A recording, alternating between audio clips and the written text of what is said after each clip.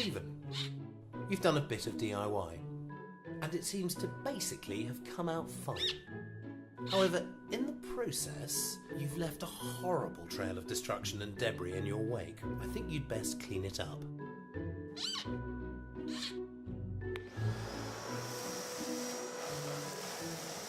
Yes, indeed.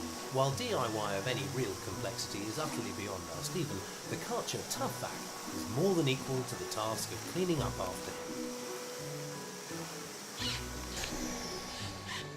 Well done, Stephen. I'm actually genuinely impressed.